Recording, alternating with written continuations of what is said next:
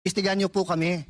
Huwag niyo pong exempt ang kahit anong city. Huwag niyo exempt si Alan Cayetano. Huwag niyo exempt ang congressman namin. Huwag niyo exempt yung kapatid ko na dating mayor. Huwag niyo exempt si Vico Soto. Huwag niyo exempt si Joel Villanueva. Lalong niyong mag-exempt si Jinggoy Estrada.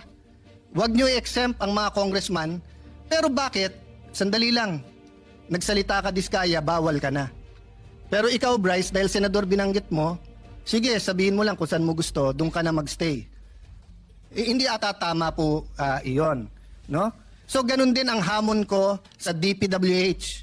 Para kumang kapatid, yung bagong sekretary, hinahamon ko siya na saan na ang listahan ng lahat ng projects, ang lahat ng 15, para isang posting na lang tayo. Hindi yung parang nachismis ka na magsa-Senate President ka, biglang may lalabas na listahan. O, nachichismis si Lito, nakikipag-usap sa akin, baka may lumabas na listahan sa'yo.